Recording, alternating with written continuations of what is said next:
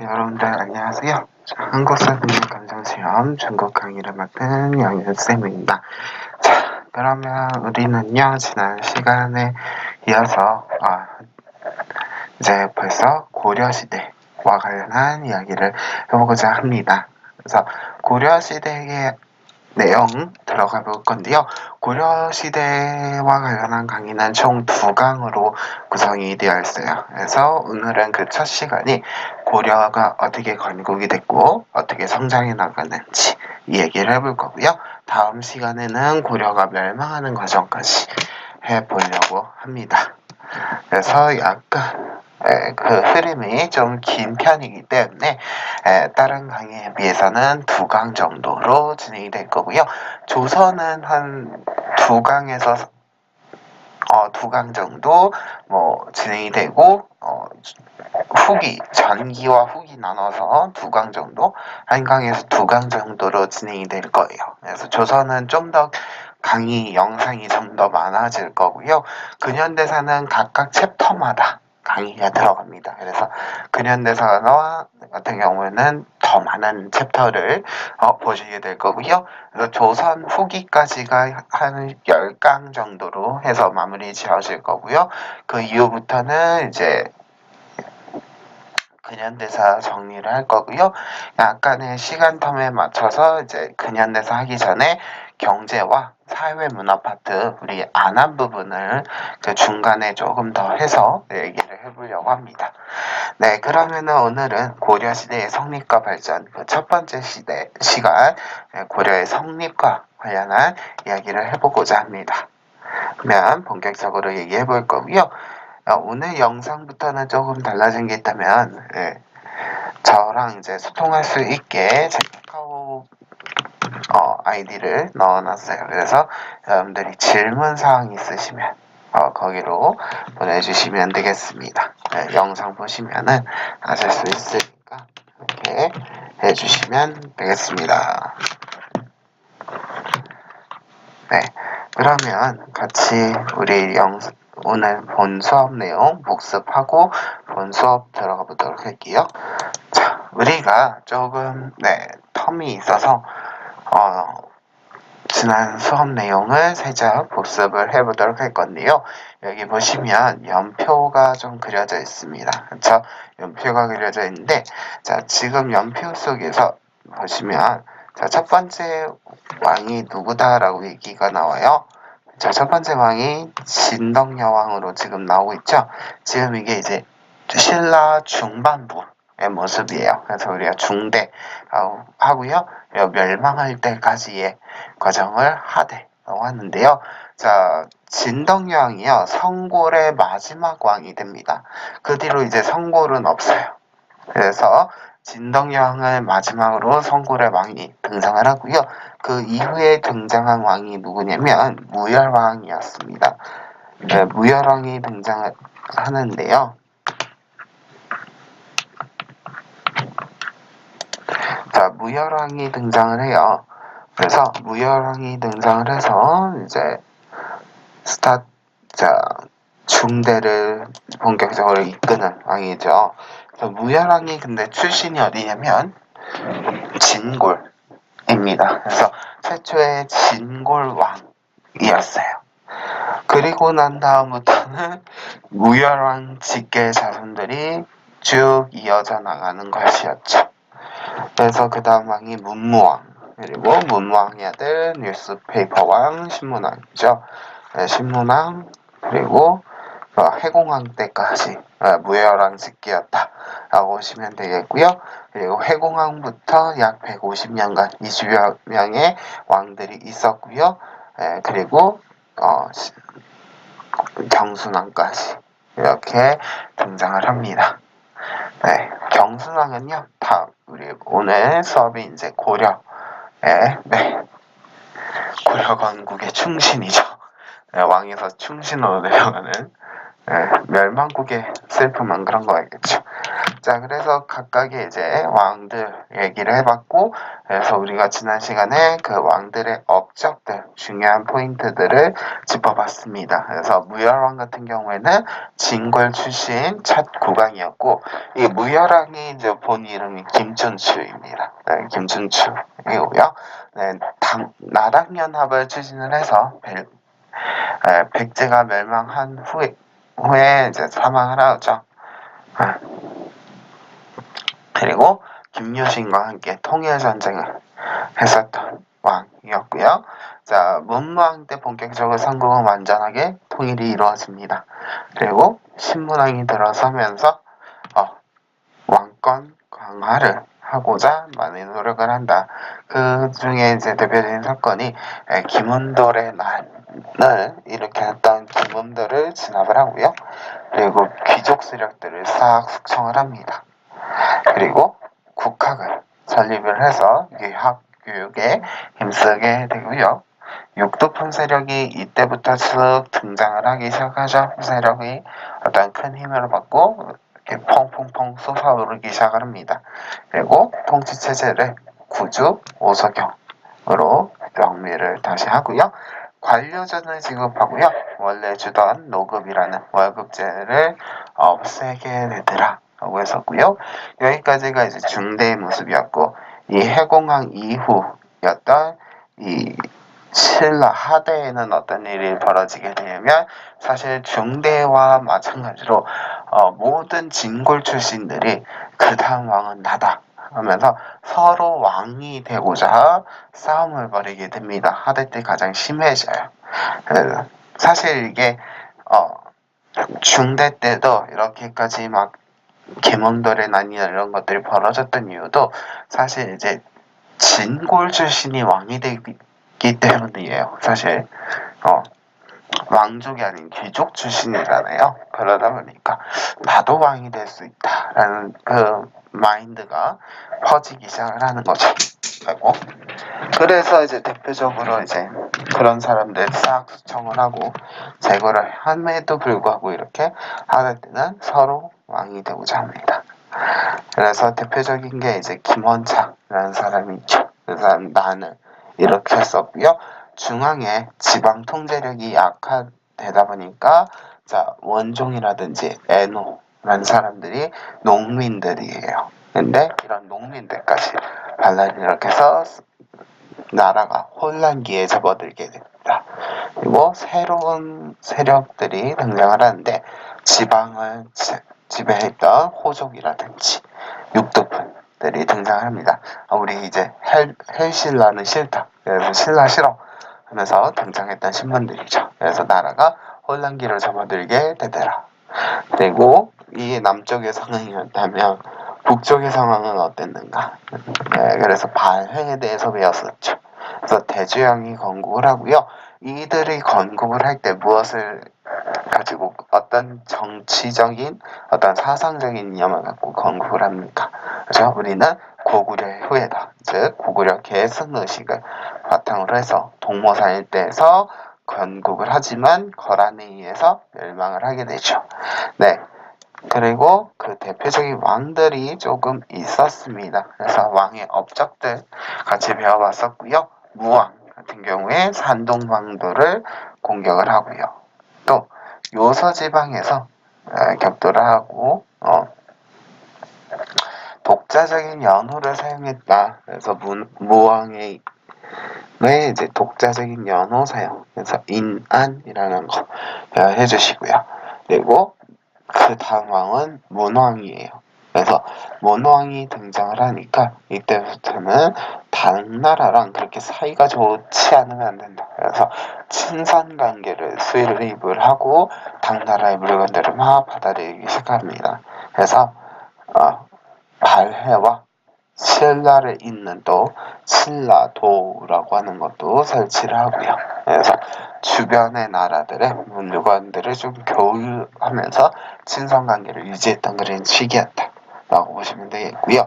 네, 선왕 때는요, 제가 발해의 전성기였습니다. 그러다 보니까 해외로 중국 본토로 막 퍼져나갈 거예요.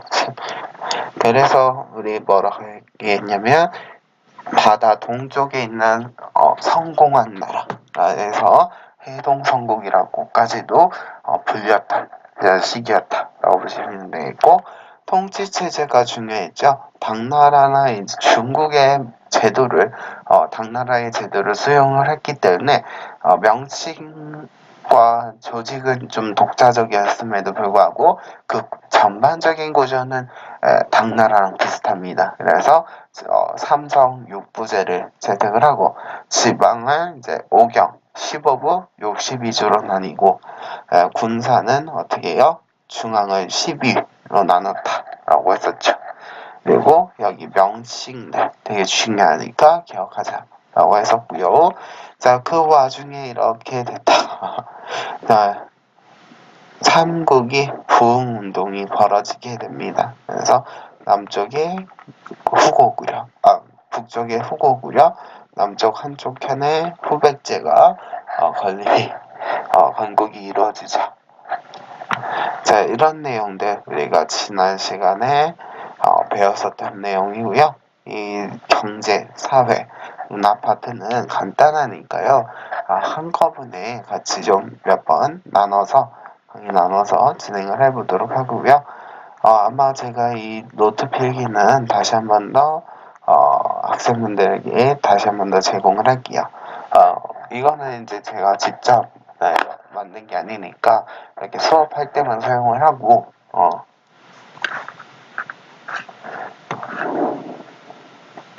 어디에 따로 배포하지는 말아주세요. 네. 자, 그러면은 오늘 수업 내용으로 들어가 보도록 할게요. 공부하는 데만, 노트 필기는 공부하는 데만 사용하시면 되겠고요. 여러분들 오늘은 이제 고려입니다. 네, 고려 시대 관련한 얘기를 해볼 거고요. 오늘 이게 처음이자 마지막이 아니라 또 두 번 나눠서 수업이 될 거예요. 고려 시대는 해야 될 얘기가 많기 때문에 조금 얘기를 더 해보도록 할게요.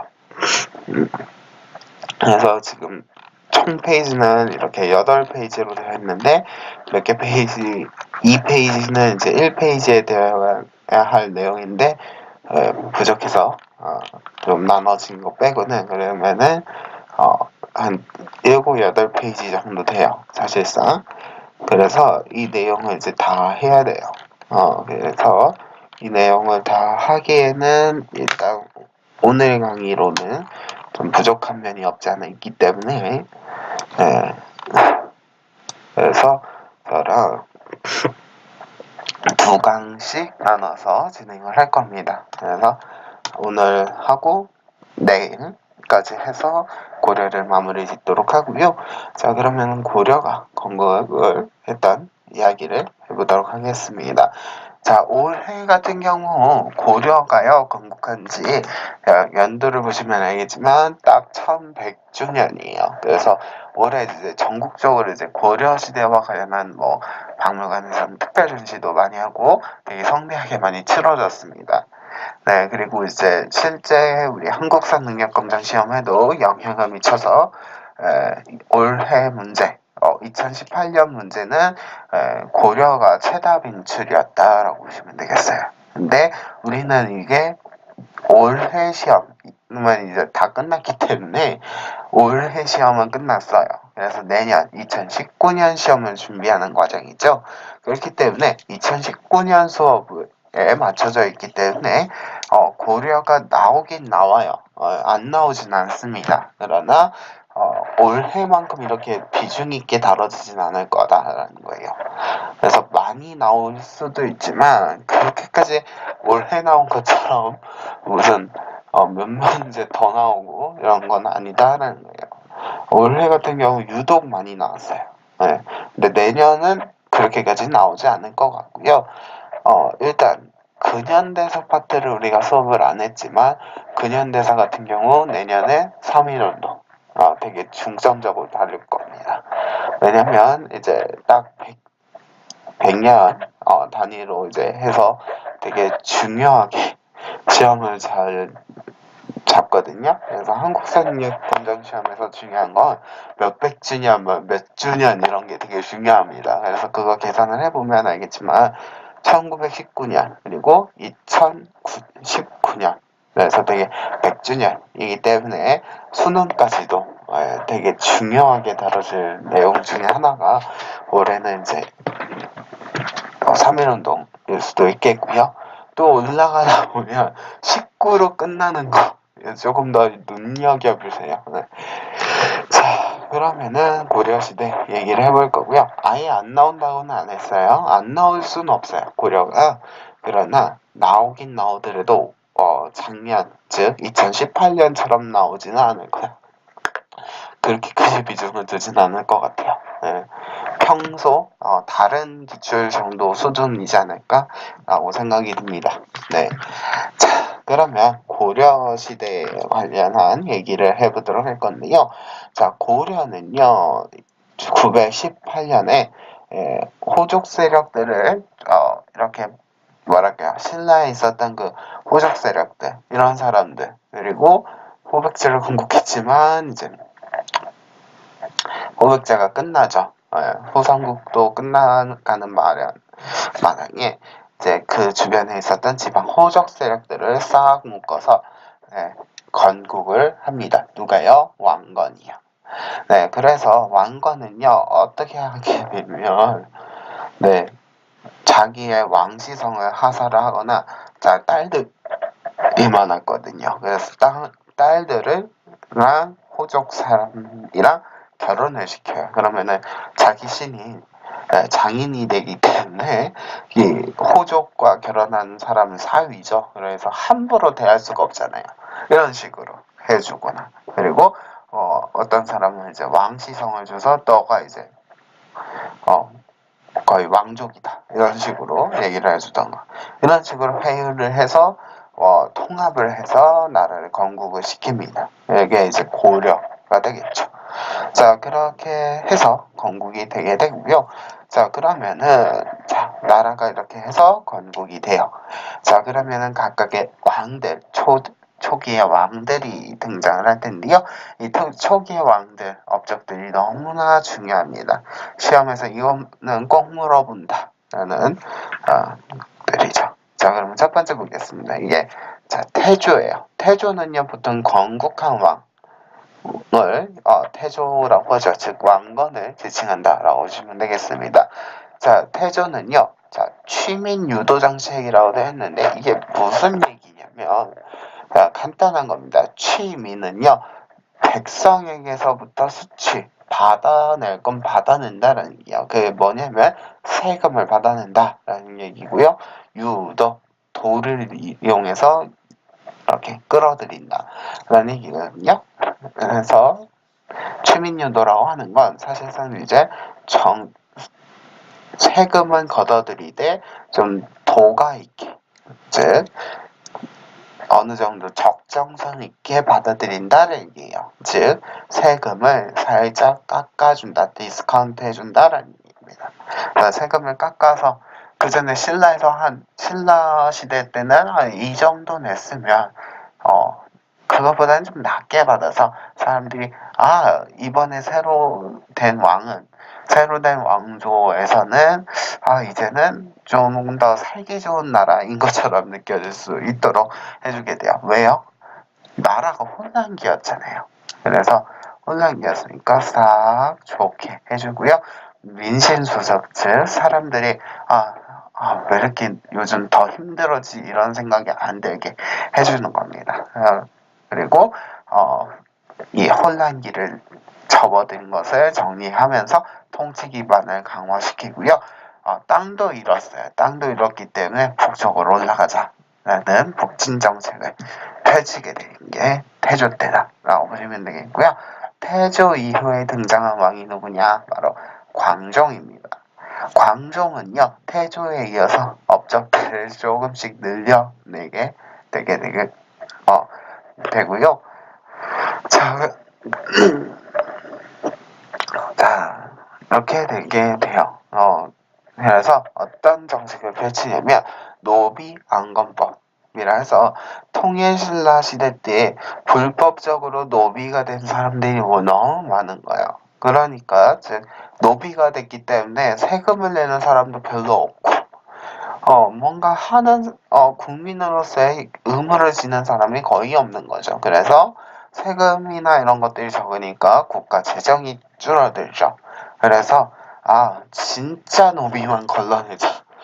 진짜 노비였던 사람들만 걸러내고 나머지 다 평민으로 바꾸는 게 바로 보다 노비 안건법이다라는 거예요. 진짜 노비만 걸러내자. 아마 쉽지는 않았을 것 같아요. 그리고 자 쌍기라는 사람이요, 광종에게 건의를 해서 무엇을 하게 되냐면, 과거 제도를 받아들이기 시작을 하게 되고요. 그래서 이제 이러한 법적인 것들을 정리를 해서 왕권도 강화되고요, 재정 기반도 강화되는 그런 모습도 보이고요. 그리고 이제 공복제도도 정비가 되기도 한다라는 거고요. 제가 이제 태조하면서 설명을 안 한 게 있어요. 하나 더 추가적으로 설명을 하자면, 자, 태조는요, 왕실의 이제 불교를 국교화하는데요. 그래서 불교를 되게 중요시 여겨요.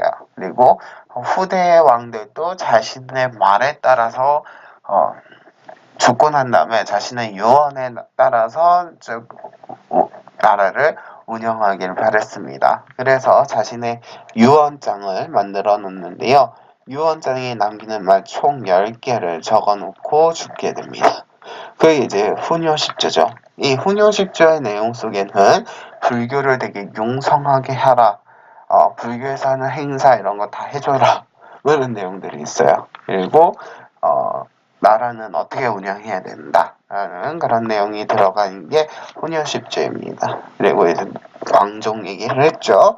자, 광종 이후에 등장하는 왕이 누구냐면 경종이에요. 그래서 경종은요, 관리들의 이제 임금, 즉, 지금까지 어떻게 이제 토지를 나눠줬었는데, 토지 나눠주는 방법 싹 바꿉니다. 그래서 밭이랑, 그리고, 나무, 숲길, 이런 것들, 숲 같은 거 땅을 나눠주는 제도를 이제 전시과라고 해요. 그래서 전지와 뭐 시지라고 해서 전지를 나눠주는 거와 시지를 나눠주는 거, 이걸 합쳐서 이제 전시라고 하고, 그것을 어떻게 나눠주는 제도를 이제 어떻게 나눠주는가와 관련된 제도를 이제 전시과라고 합니다. 그래서 전시과 제도를 이제 경종 때 만들어지기 시작을 하고요. 이 전시과 제도는 이제 고려 경제 파트 할 때 다시 얘기하도록 할게요. 자, 그 다음에 이제 성종 때인데요. 성종 때는요, 유교 정치 질서를 확립을 하고요. 이때 중요한 게 누구냐면 이 최승로라는 사람이요, 시모 28조라는 걸 만들어서 왕에게 바칩니다. 그래서 이렇게 운영하시면 좋습니다 라고 해요. 이게 무슨 내용이냐면, 나라는 유교 정치 사상으로 또 정치를 해야 합니다 라고 해요. 그래서 유교적인 것들이 필요하다. 그래서 최승로가 상소문을 올리죠. 이게 이제 시모 28조고요. 그리고 자, 중앙 집권화가 이루어진 게 성종 때다. 자, 다른 거 다 필요 없어요.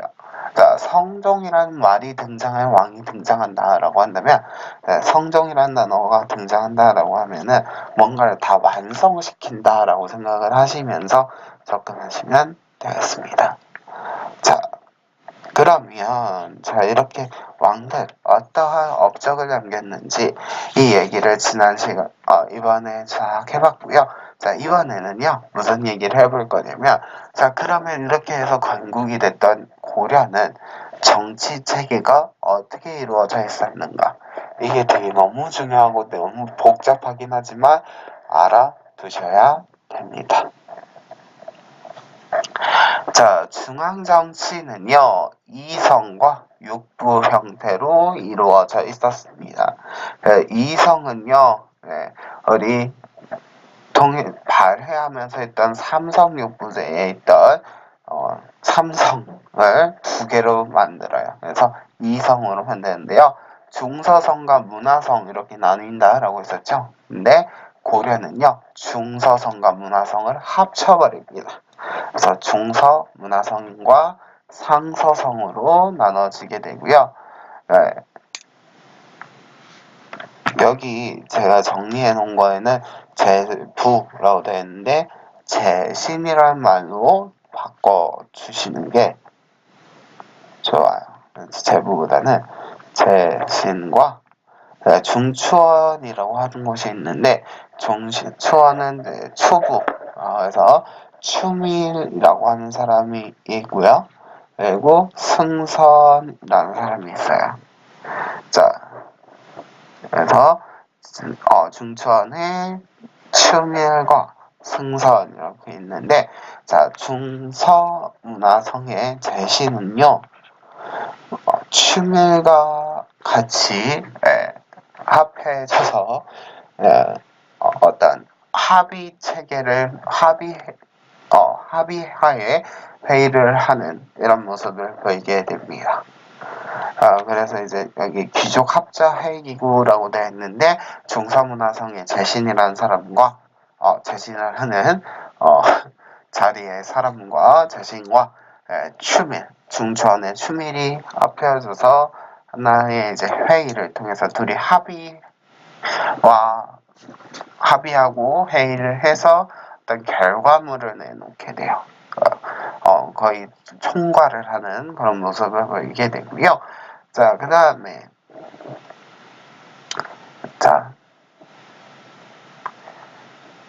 그래서 이제 추밀은 이제 군국 기모 담당 그래서 약간 국방부 회의 같은 느낌이라면 제시는요 그 전반적인 거 민정수석처럼 되게 전반적인 것들을 맡게 돼요. 그래서 서로 이제 합의해서 이제 회의를 하고 국정을 운영하게 되고요. 그 밑에 있는 승선들은 산품위하의 관리들이었어요. 그래서 왕의 명령들은 이렇게 바깥 세상에 퍼뜨려주는 역할을 했고요. 그리고 이제 삼사라고 하는데 삼사는 조선의 삼사랑 달라요. 그래서 시험에 나온다면 삼사를 물을 수도 있죠. 삼사를 물어볼 수도 있는데 그래서 조선의 삼사와 고려의 삼사를 좀 차이를 두고 있어요. 그래서 고려의 삼사는 회계 담당을 하고요. 조선의 삼사는 언론적인 역할을 합니다. 그리고 어사대라고 해서 감찰기구였습니다. 그래서 잘못된 풍속들 다 교정을 하고 관리대 비리 감찰기구이기도 합니다. 그래서 약간 지금으로 얘기하면 검찰이나 경찰청 같은 역할을 하는 곳이 어사대였습니다. 자, 그리고 이제 대간제도가 있었다라고 하는데요. 대간은요, 어사대 관원들과 중서문화성에 제가 그 밑에 있는 제신의 밑에 있는 애들이 낭사라고 합니다. 낭관이라고 제가 정리를 해놨는데 낭사라고도 해요. 요즘에 시험에는 낭사라는 표현이 들어갈 거예요. 그래서 어사대와 낭사들이 합쳐져서 이런 거 하는 거죠. 왕이 뭔가를 하면은 아니 되옵니다. 이런 역할을 하는 것이 대간 제도였습니다. 이들을 묶어서 대간이라 불렀거든요. 그래서 대간 제도가 있었다 보시면 되겠고요. 자, 그러면은 이렇게 중앙 정치는 이렇게 구성이 되어 있었다 라고 보시면 되겠고, 이 외에도 하나 더 정리를 하자면 되게 독자적인 고려의 독자적인 기구들이 있었는데 그게 뭐냐면 도병마사와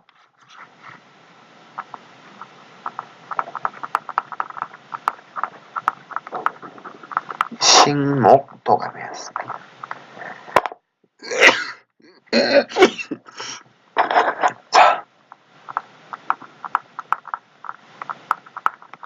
자, 도병마사는 도병마사라는 얘기인데요. 자, 도의 병마사들을 파견을 합니다. 어디에요? 양계라고 해서 북방의 지역에 파견을 하고요. 식목도감은 따로 그냥 이런 게 있었구나 하고 그냥 넘어가도 될 것 같아요. 네. 자, 지방행정조직입니다. 지방행정조직은요, 전국을 5개의 도로 나누고요. 그 이 5개도는 자 조선의 이제 수령이라고 하듯이 이 5개도에 누굴 파견하냐면 안찰사라고 하는 사람들을 파견을 합니다. 그리고 양계라고 해서 북방의 이 접경 지역들 있죠. 국경 지역에는요 양계로 나눠요. 그래서 동계와 북계로 나뉘게 되고요. 여기에는 병마사들을 파견을 하게 합니다. 그리고 지방 행정은요 향리가 담당을 하고요. 이 향리라는 표현이 조선에서는 역할이 조금 달라지니까 얘도 한번 기억을 해주시면 되겠습니다. 자, 여러분들 그 교재 지금 얘가 뭐야? 이게 왜 생겼을까요? 화살표가 생겼는데 화살표 표시하시고 자, 옆에 그 만점 자료 보시면 되겠습니다. 그 만점 자료를 보시면 고려에 이렇게 영역이 어떻게 됐었는지 얘기를 볼 수가 있겠고요. 자, 여기 이제 태조가 북진 정책을 하면서 나타났었던 이 지역, 새로 늘어났던 지역입니다. 이전에는 여기까지였다라고 보시면 되겠고, 자, 고려 건국했을 때 수도는 철원 지역이었고, 수도 이전을 나중에 1년 뒤에 해요. 그래서 수도 이전을 개성으로 하게 되는 모습도 보이게 되고요.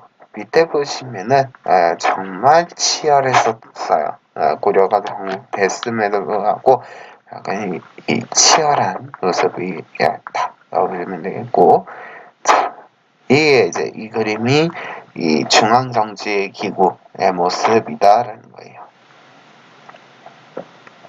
네, 왕의 직속 기관으로 도병모사와 신목도감이 있었고요. 기구 밑에 또 보시면은 또 뭐가 있었냐? 이성과 육부 체제가 있었고 다른 중추원이나 어사대, 삼사 이런 것들이 있더라는 거죠. 그리고 이 상서성은 이 육부를 관리하는 이런 체계였다라고 보시면 되겠고요.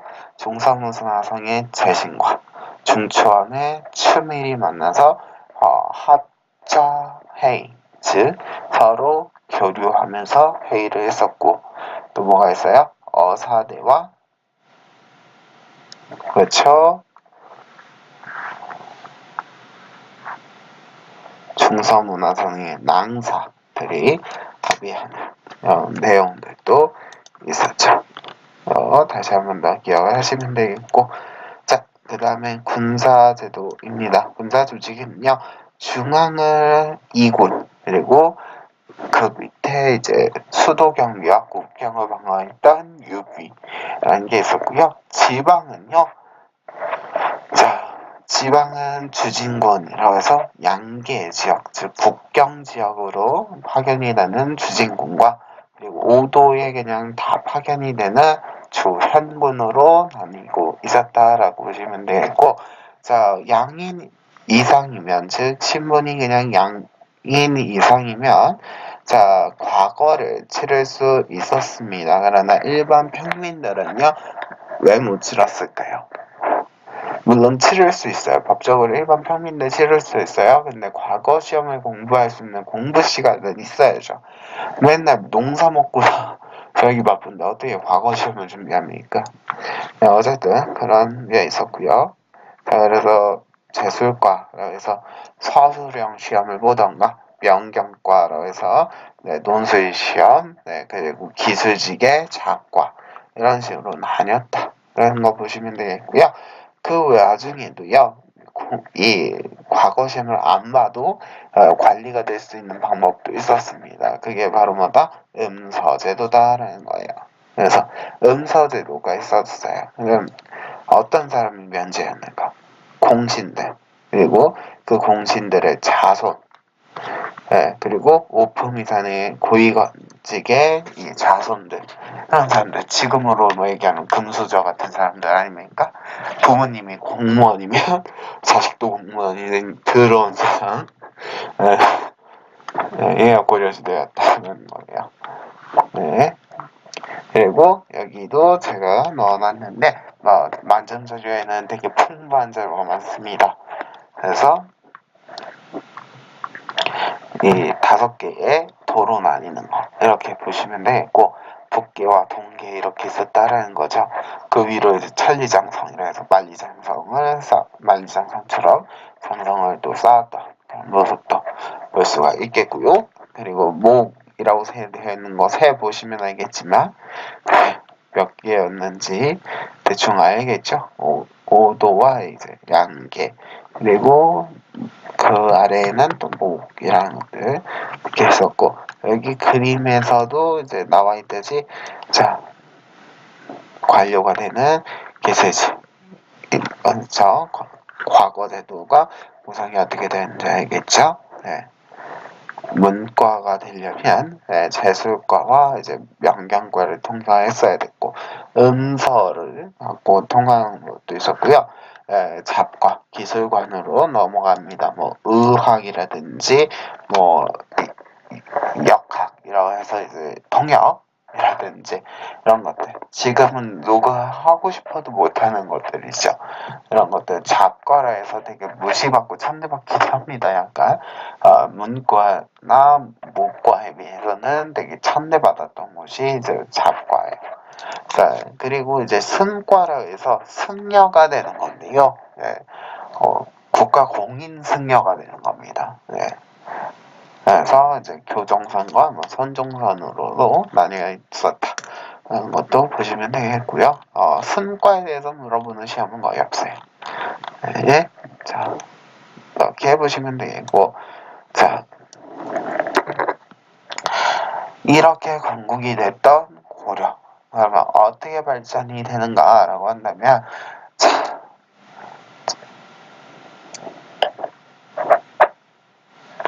자, 이들은요, 자, 통일신라 말에, 자, 지방 호족들, 육도분들 다 어떻게 되냐면, 하나의 귀족이 됩니다.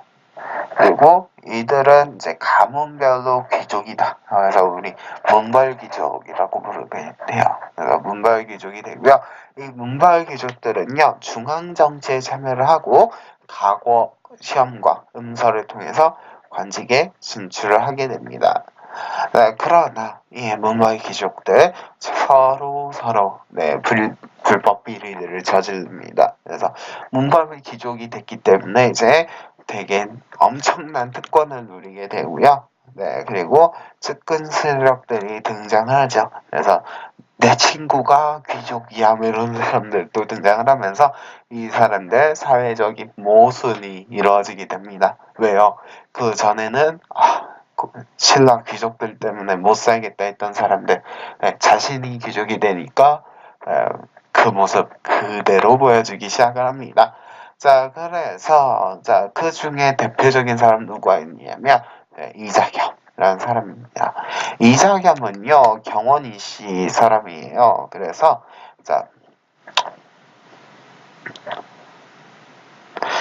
이 사람, 어떤 일들 벌어지게 되면 되게 대단한 사람입니다. 왕의 장인이 되는 사람이에요. 이게 무슨 말장난 같은 소리예요 라고 한다면, 이자겸 실제로요, 자신의 딸들을 어떻게 하냐면 다 왕들에게 시집을 보냅니다. 왕한테 시집을 보내고, 그 다음 왕에게 시집을 보내고, 그 다음 왕에게 시집을 보내요.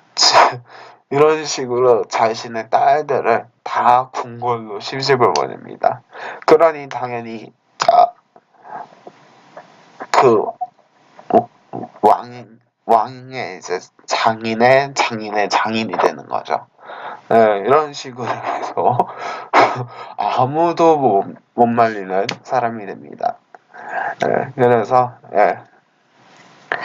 경원이 씨가 권력을 독점을 할 수가 있게 되는 거고요. 이때 또 금나라가 있었죠. 중국에게 이제 금나라가 있었는데, 금나라가 고려에게 사대를 요구합니다. 그러나 이자겸이 반대를 하고요. 또 이자겸은요, 자신이 왕의 장인이죠. 왕의 장인인데요. 그걸로도 모자라서 이제 결국 진짜 왕이 되고자 합니다. 그래서 이자겸이 왕이 되고자 하는데요. 결국에는 이제 진압을 당해서 끝이 나기는 합니다. 네, 이렇게 보시면 되겠고, 왜 이게 묘청이라고 되어 있었는데 요청으로 되는지 모르겠어요. 수정을 해주시길 바랄게요. 자, 묘청이라는 사람이 있었는데, 묘청으로 바꿔주세요. 자, 묘청이라는 사람이 있었는데요. 자, 왕권이 이렇게 되니까 당연히 뭐 나만 아는 왕권이 있겠습니까? 왕권도 떨어지고 그러다 보니까 사람들이 아이씨 못 살겠다 이렇게 되는 것이죠. 그래서요. 자, 민심이 동요를 합니다. 그래서 묘청이라는 사람이 자, 서경 즉 평양에서 자, 평양으로 수도로 옮겨야만 이 모든 게 끝난다라고 합니다. 그러나 우리 삼국 사기를 저술했던 김무식에 의해서 이 묘청의 서경천도 운동 없던 일로 될 만큼 무참히 깨지면서 실패로 돌아갑니다. 자, 그리고 나서 어떤 일들이 벌어지게 되면 자, 우리 문과들 있죠. 자, 관리가 됐던 문과들. 자, 자신의 이제 쌍맥을 이루는 게 무과를 통해서 무신들이 등장을 하죠. 자, 무신들도 등장을 하는데 이 무신들에 대해서 왕이 무시를 합니다. 그래서 무는 되게 숙문천무라 해서 무술은 무신들은 되게 천한 거다. 그래서 같은 급이라고 치더라도 자 같은 상급이다라고 하더라도 무신과 문신은 차별이 정말 명확했어요. 그리고 대우도 너무 더러우고요. 차이가 날 정도로 차별이 있었다라는 겁니다. 그러자 이제 무신들 당연히 어떻게 됩니까? 우리도 같은 사람인데 무시당하면 되겠습니까? 지금도 무시당하면 화나죠. 네. 그래서 무신들이요 정변을 일으키게 됩니다. 그게 바로 보다 무신정변이었고요. 그래서 이제 정중부하든지 의박 등이요 의종을 폐위하고요 명종을 왕으로 세우게 됩니다. 그 결과 무신 중심의 관료 조직이 완전 붕괴가 되고 무신들이 독재 정치를 하게 돼요. 그리고 전시과제도 이런 거 싹 붕괴가 되고요. 그리고 무신들도 서로 네, 다 차기 정치 왕처럼 이렇게 정권을 넘겨줘요. 그래서 정중부에서 경대에서 의민 이렇게 넘어가다가 결국 누구한테 넘어가냐면 최치원이래. 미안합니다. 최충원한테 넘어가게 돼요. 최충원한테 넘어간 다음에 어떻게 돼요? 자기 부자들이 다 해먹어요. 자기 아들들한테 다 넘겨주게 돼요. 그리고 이제 그것도 끝나면은 이제 김준, 임현, 임유무라 해서 이 사람들한테 넘어가기도 하고요.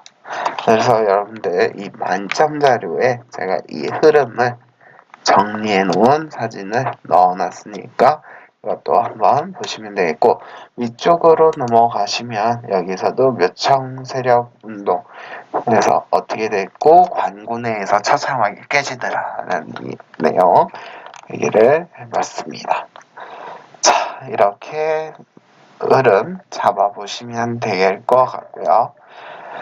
자, 오늘의 이야기는 이렇게 마무리를 짓고 끝나면은 아쉽겠죠? 그래서, 자, 원래 수업에 안 하는데, 영상을 제가 2개 정도를 준비해 봤습니다. 그래서 여러분들, 영상을 좀 보시고, 이 문제를, 문제풀이를 다음 수업 때 진행을 할 거예요. 전체 정리를 하고 문제는 다음 수업 때 풀어볼 겁니다. 그래서 영상 2편 정도 되거든요. 10분입니다. 그래서 2편 보시고 오늘 수업 마무리 짓도록 하겠습니다.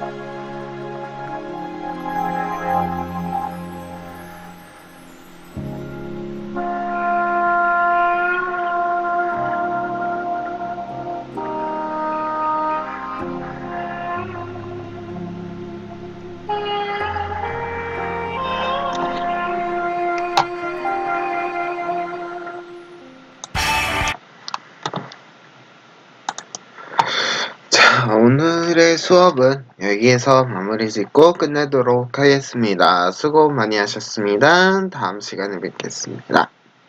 수고